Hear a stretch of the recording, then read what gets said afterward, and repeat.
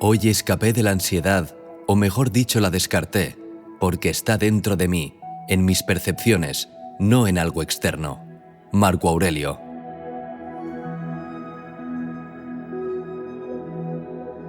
La ansiedad no es algo nuevo. Los estoicos dedicaron mucho tiempo a reflexionar sobre ella y desarrollaron multitud de estrategias para alcanzar la llamada ataraxia, traducible como serenidad o calma mental. Y dado que la ansiedad es enemiga de la ataraxia, hoy explicaremos las recomendaciones estoicas y también de la psicología moderna para lidiar con ella. Antes de profundizar, quiero comentaros que este episodio de La Ciudadela Interior, al igual que el último sobre la felicidad, es una colaboración con El Extraordinario, un sello de documentales sonoros.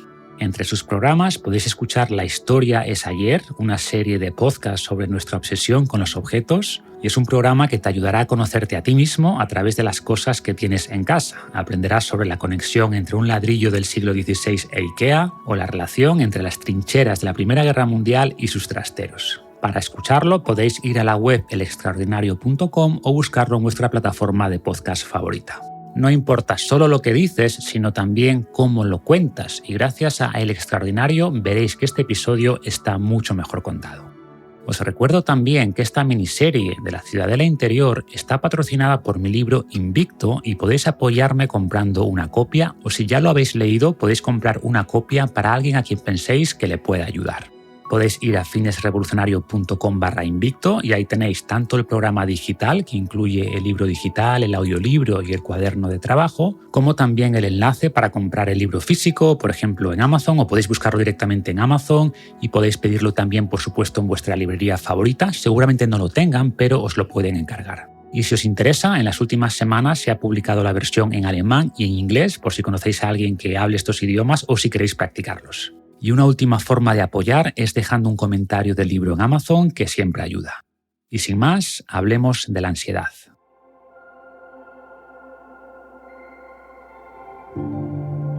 Podríamos decir que la ansiedad es una reacción normal al estrés, y como todas esas reacciones automáticas que tenemos cableadas en nuestro cerebro, la ansiedad tiene sus beneficios. Y es importante empezar entendiendo esto, que la ansiedad no solo es normal, sino que es útil. La ansiedad que nuestros ancestros sentían cuando enfrentaban decenas de amenazas les ayudaban a prepararse para ellas. Recuerda que nuestro cerebro favorece la supervivencia, no la felicidad, y por eso tiene buenos motivos para hacernos sentir malas sensaciones. Gracias a esas malas sensaciones nos preparábamos mejor para un futuro incierto. Esta capacidad de sentir ansiedad por lo que percibimos como peligro es compartida con otros animales, por supuesto, pero como ya entendían los estoicos, el sofisticado cerebro humano tiene la capacidad de amplificar lo bueno y también lo malo. Lo bueno es que tenemos una habilidad muy superior de imaginar riesgos y amenazas potenciales, y nuestro éxito como especie se ha debido en parte a esto. Podemos proyectarnos al futuro, podemos ver más lejos que otras especies y por tanto protegernos de potenciales riesgos que otros animales no son capaces de imaginar. Pero a la vez, esta capacidad de imaginar amenazas futuras, por improbables que sean, se convierte en una fuente de ansiedad constante. A nuestra mente le cuesta distinguir a veces lo real de lo imaginario, y por eso el gran poder de nuestra imaginación se vuelve a veces en nuestra contra. La capacidad de visualizar el futuro, una de las mayores bendiciones humanas, se transforma a menudo en maldición. Los animales salvajes escapan de los peligros cuando los ven y una vez a salvo dejan de preocuparse. Los humanos nos atormentamos por lo pasado y por lo que está por venir. Nadie que se centre en el presente será infeliz. Séneca. Y esta idea de intentar pensar más en el presente sería de hecho la primera gran recomendación que podemos ofrecer para reducir la ansiedad.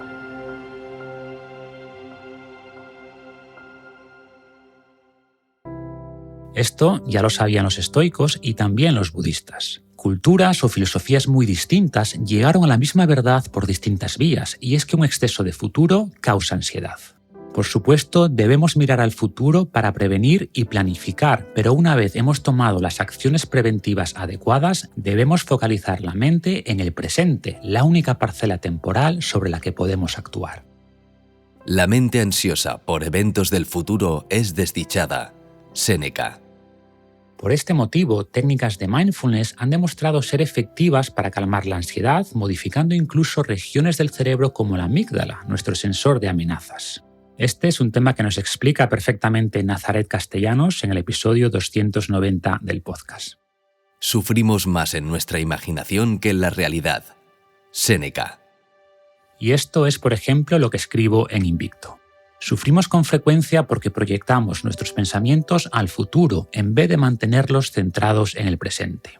La ansiedad, como el miedo, nos puede ayudar a tomar medidas preventivas, pero una vez tomadas estas medidas, la ansiedad ya no aporta nada. Por ejemplo, podemos sufrir ansiedad por una importante presentación que debemos hacer. Esa ansiedad nos motiva a prepararnos bien, haciendo nuestro mejor esfuerzo de cara a ese importante evento. Pero si ya estás haciendo todo lo que está en tus manos, puedes dejar la ansiedad de lado. No pienses que las cosas saldrán mal o que no serás capaz. Dedica esa energía mental a tu preparación. No seas desgraciado antes de tiempo. Muchas desgracias que temes quizás nunca lleguen, y con seguridad no han llegado. Por esta razón, algunos acontecimientos nos atormentan más de lo que deben, otros antes de lo que deben, y otros no deberían atormentarnos en absoluto porque nunca ocurrirán. O aumentamos el dolor, o lo anticipamos o lo imaginamos. Séneca.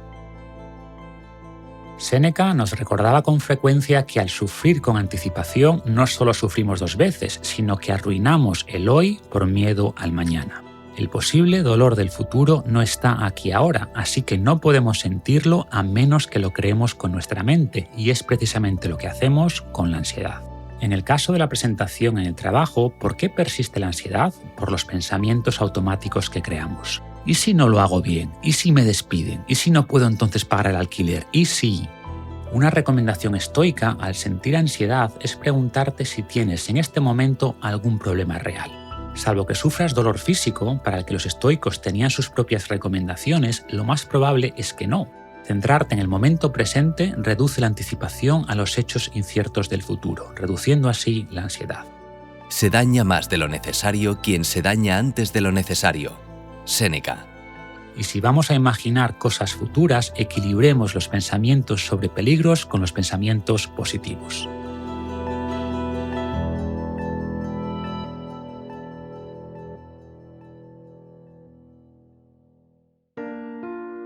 En su carta número 13, sobre los miedos infundados, Séneca describe el desgastante hábito de crear desastres imaginarios. Un mal futuro puede ser verosímil, no quiere decir que sea certero. Cuánto no esperado llegó, cuánto muy esperado no compareció nunca. Incluso si un mal futuro debe ser necesariamente acontecer, ¿quién te obliga a sufrir su dolor ahora? Suficientemente vas a sufrir cuando llegue, mientras tanto, preságiate mejores cosas. ¿Qué es lo que ganas? Tiempo. Muchas veces sucede que un peligro cercano o incluso inminente detiene su curso, desaparece o pasa a otra cabeza. El incendio abre un camino para la fuga. A veces un derrumbe te deposita suavemente. O la espada se frena justo antes de tu garganta. Muchos sobreviven a sus verdugos. Hasta la mala fortuna tiene sus caprichos. Puede que llegue, puede que no llegue. Mientras tanto no es, imagínate algo mejor.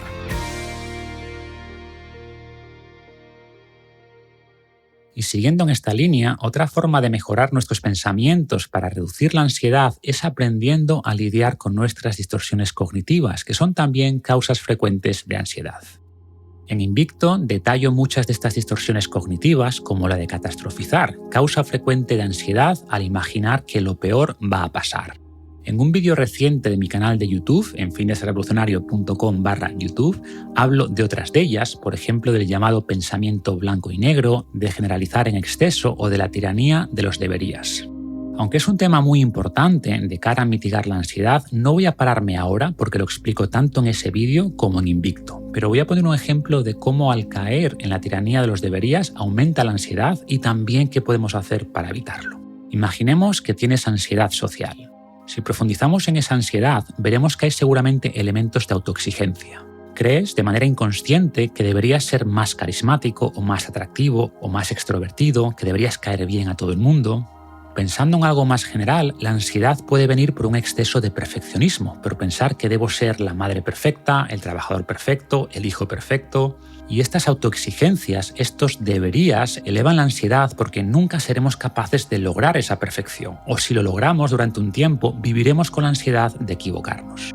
La solución, por tanto, es clara: reducir nuestro estándar. Debemos reconocer que somos humanos, que nos equivocamos, que tenemos limitaciones. En resumen, debemos reemplazar estas exigencias rígidas por preferencias flexibles.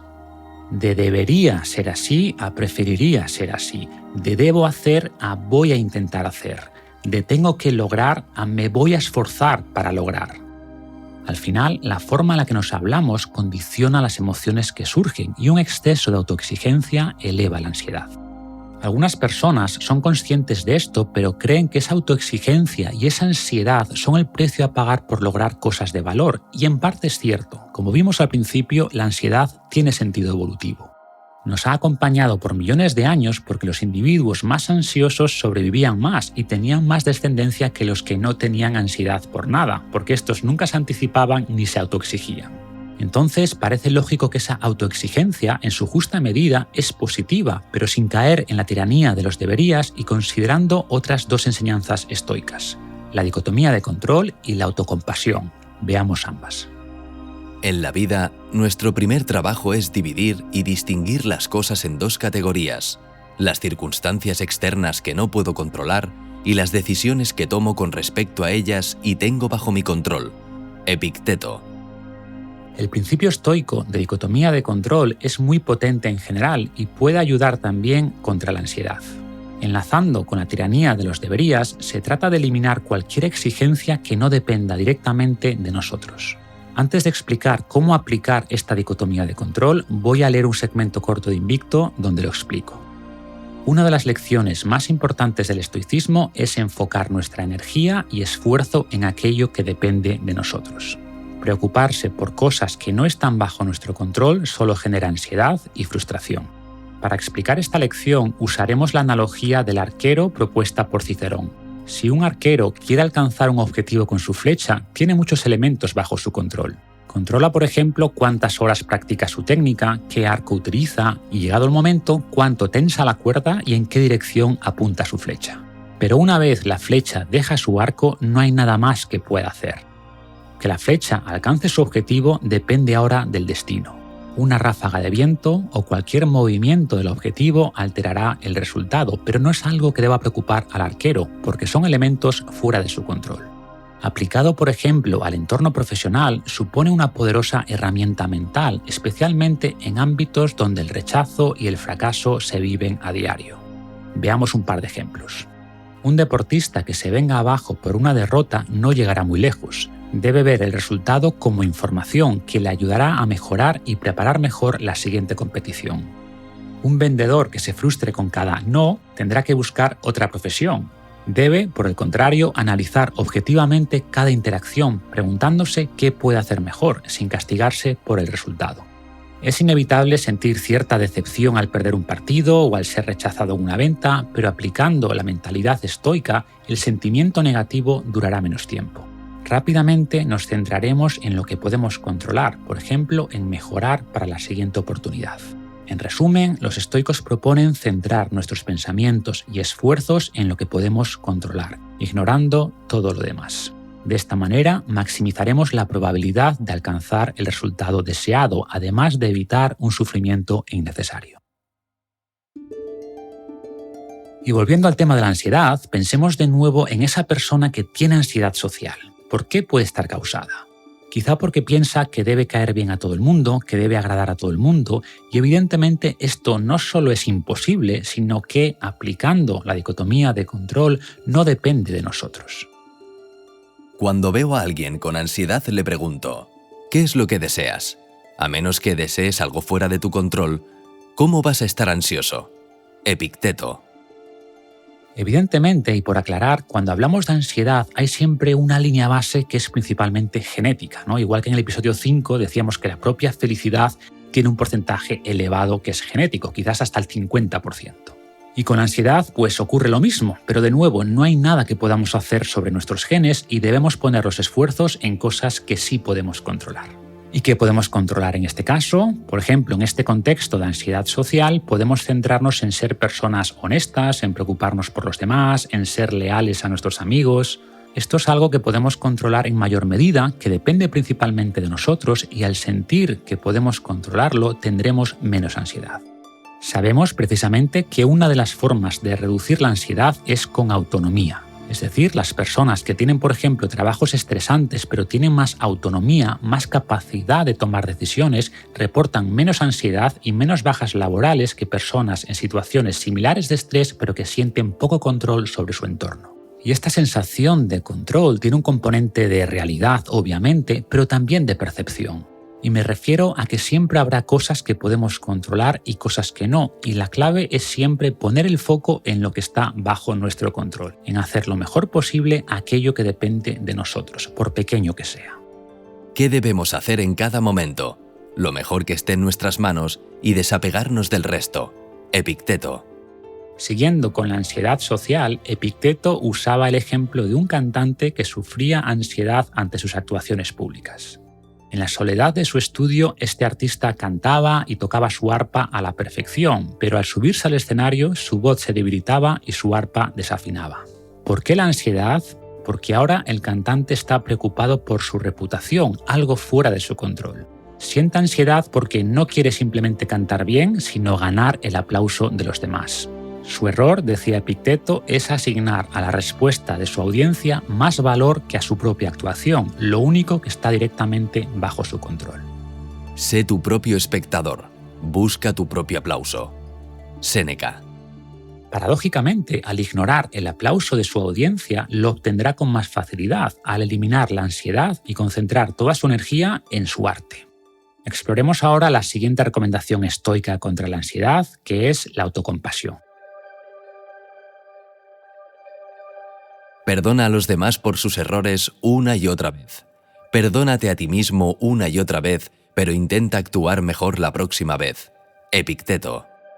Sabemos que cualidades como la autoestima o la autoconfianza son importantes, pero se habla mucho menos de otra cualidad todavía más relevante, que es la autocompasión.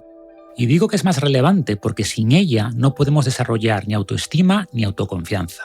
Si cada vez que hacemos algo incorrecto o no logramos lo que perseguimos, nos autocastigamos en exceso y tenemos un diálogo interno negativo, nuestra autoestima se verá dañada, perderemos confianza en nosotros mismos y entraremos en una espiral de ansiedad.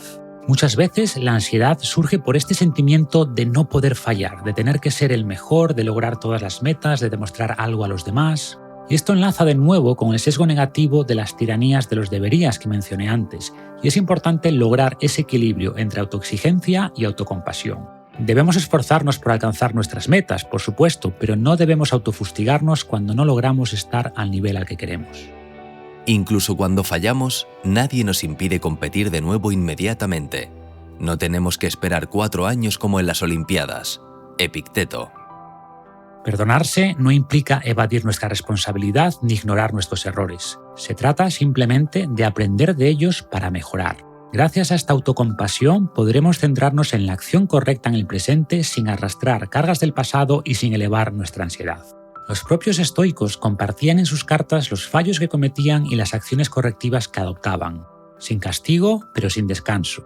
Nos recordaban que la vida puede empezar en cualquier momento. Es posible empezar a vivir de nuevo, ver las cosas como las viste hace tiempo. Así se reinicia la vida. Marco Aurelio. Otra estrategia cognitiva muy interesante es la conocida en psicología como autoinstrucciones, que consiste básicamente en tener una serie de instrucciones que nos damos o frases que nos decimos en momentos de ansiedad para ayudarnos a regular esos pensamientos que la causan o la amplifican. En Invicto me refiero a esta técnica como repetición de preceptos, siguiendo el nombre que le daban los estoicos.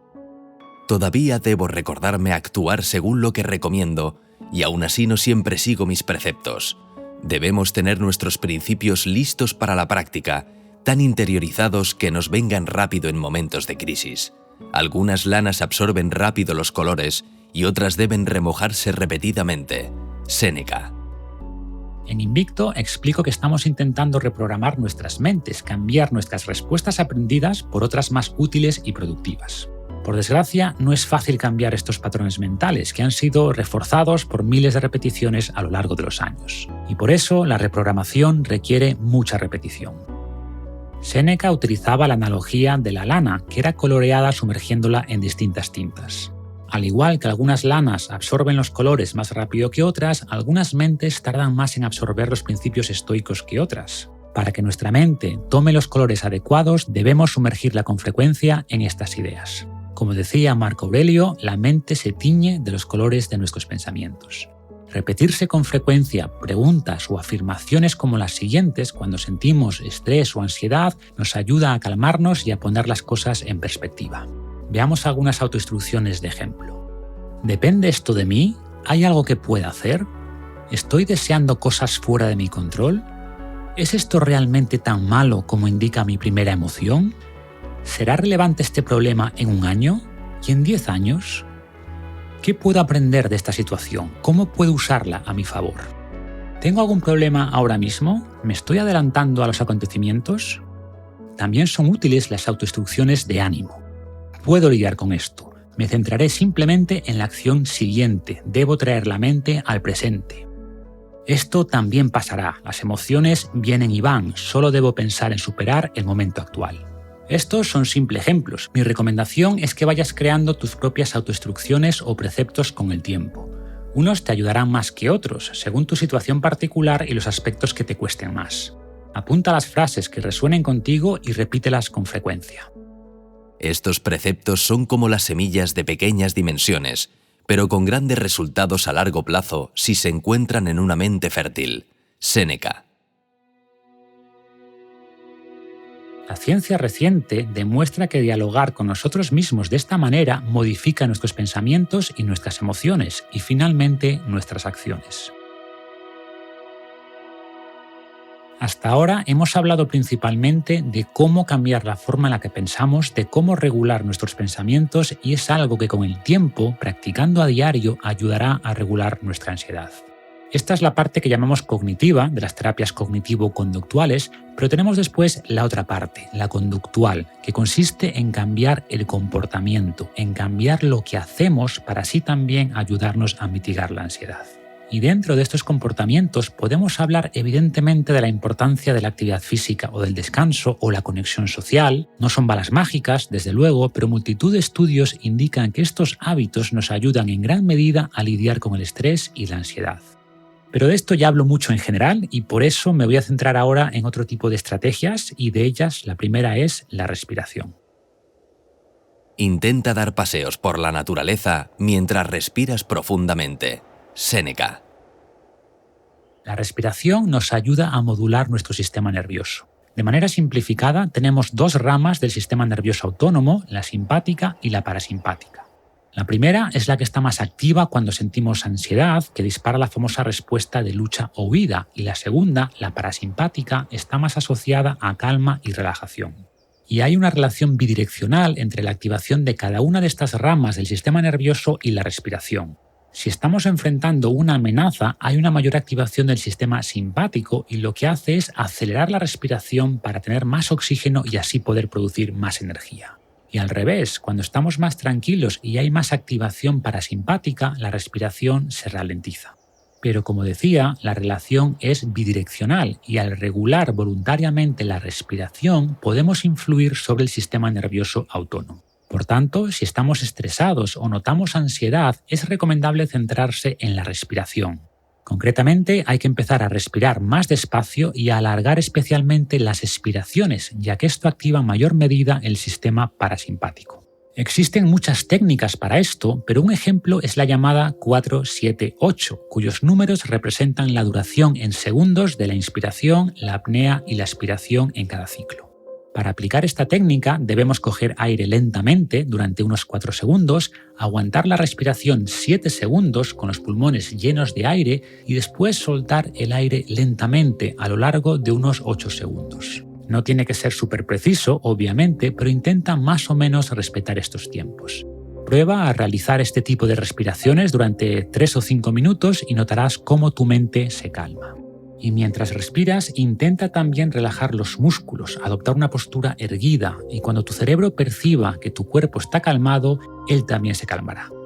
Y de nuevo, esto es algo que conocían los estoicos. No sabían nada del sistema nervioso autónomo, pero por experiencia entendían esta relación. Y como expliqué en el episodio 3 de la Ciudadela Interior sobre la ira, Séneca recomendaba forzar externamente una compostura sosegada al enfadarnos. Relajar la musculatura de la cara, respirar con calma, caminar despacio. Sabía que, en poco tiempo, el estado mental interno reflejaría el estado físico externo.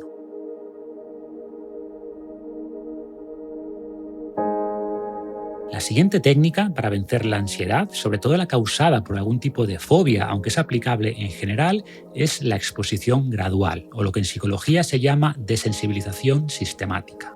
Consiste básicamente en irnos exponiendo de manera gradual a las cosas que nos producen ansiedad. Hasta ahora, en la parte más cognitiva, hemos intentado cambiar nuestra perspectiva. Podemos tener ansiedad porque creemos que no estamos preparados para algo, o porque no podemos cumplir cierta expectativa, o porque creemos que tenemos que caer bien a todo el mundo. En estos casos, debemos intentar cambiar estas creencias y pensar en lo que podemos controlar o intentar centrar la mente en el presente. Pero además, debemos entender que muchas veces la cura de la ansiedad está en la acción. Es al hacer algo y al demostrarnos que no es tan malo como pensábamos que la ansiedad se reduce. Como vimos en un episodio reciente con Paola Graziano, son las acciones de confianza las que llevan a sentimientos de confianza. Es decir, primero la acción y después la sensación.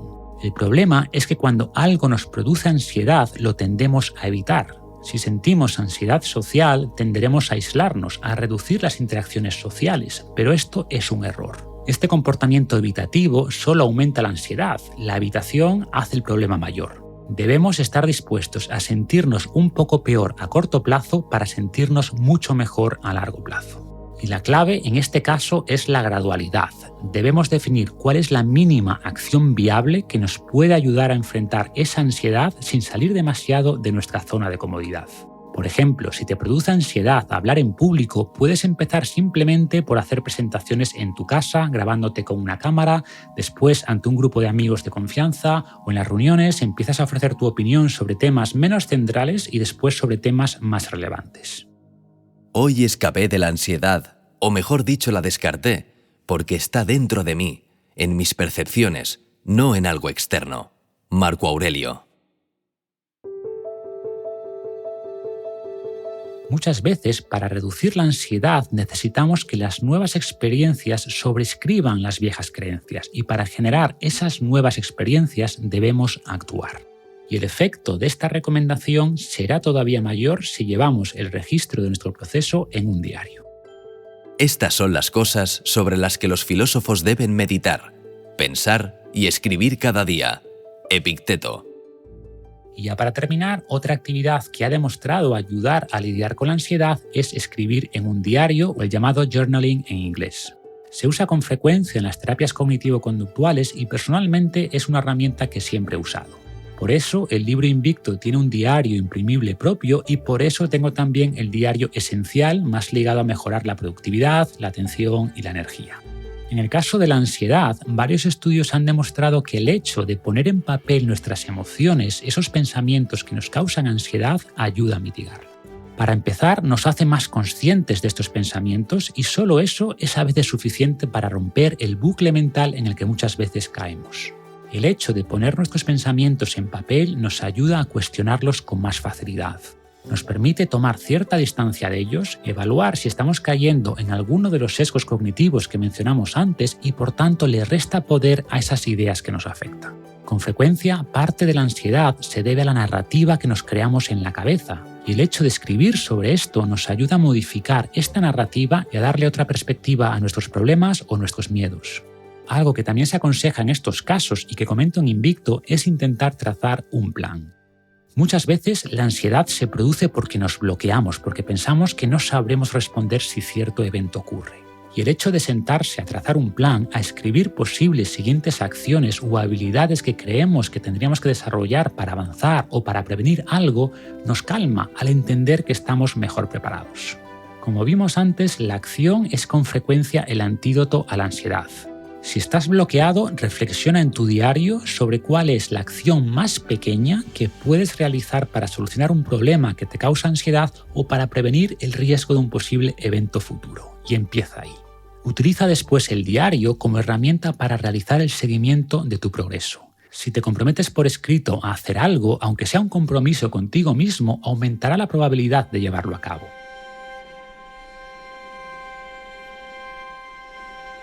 Y con esto llegamos al final de este episodio. A modo de cierre, os propongo una herramienta final que la aprendí recientemente de Teresa Terol, psicóloga a quien entrevisté en el episodio 271, donde hablamos sobre cómo mejorar nuestra relación con la comida, y me habló de la técnica STOP, que integra muchas de las herramientas que comentamos antes. Su aplicación es sencilla. Cuando sientas ansiedad o estrés, piensa en STOP y sigue los pasos asociados a cada sigla.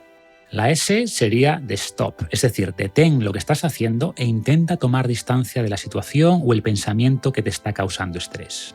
La T sería de tomar aire y puedes aplicar, por ejemplo, la técnica 4-7-8 que comenté antes, centrándote en la respiración durante unos minutos. La O sería de observa. Intenta fijarte en los pensamientos que te surgen, en esos que causan ansiedad, y evalúa si quizá estás cayendo en alguno de los sesgos cognitivos, en el catastrofismo, en el filtro negativo, si estás generalizando en exceso o estás siendo demasiado autoexigente, no esa tiranía de los deberías. Idealmente, escribe en el diario estas observaciones y conecta también con tus sensaciones. Fíjate en lo que sientes, en la respuesta física. Pregúntate también si te estás preocupando por cosas que no dependen de ti y trae a tu mente esta idea de la dicotomía de control y de la importancia de centrarte en lo que puedes controlar. Y en función de lo que observes, puedes utilizar autoinstrucciones. Te puedes preguntar si tienes algún problema ahora mismo, si te estás adelantando a los acontecimientos. Te puedes recordar que has superado cosas similares o peores en el pasado, que tienes la capacidad de lidiar con esto, que esto es solo temporal y que también pasará. Y la P final es de prosigue. Se trata de continuar con tu actividad, pero ojalá que más calmado, y a medida que repitas este protocolo STOP, notarás que la ansiedad cada vez dura menos. Notarás que la puedes atajar antes de que se desate y que la puedes mantener en niveles tolerables, porque insisto, la ansiedad siempre estará ahí. No podemos eliminarla por completo, ni queremos eliminarla por completo, simplemente queremos evitar un sufrimiento innecesario y evitar que la ansiedad dicte nuestras vidas. Como siempre, hablamos de técnicas generales que pueden ser muy beneficiosas en general, pero que no reemplazan la consulta de un psicólogo. Y si sientes que necesitas ayuda, pídela, busca un buen profesional y déjate asesorar.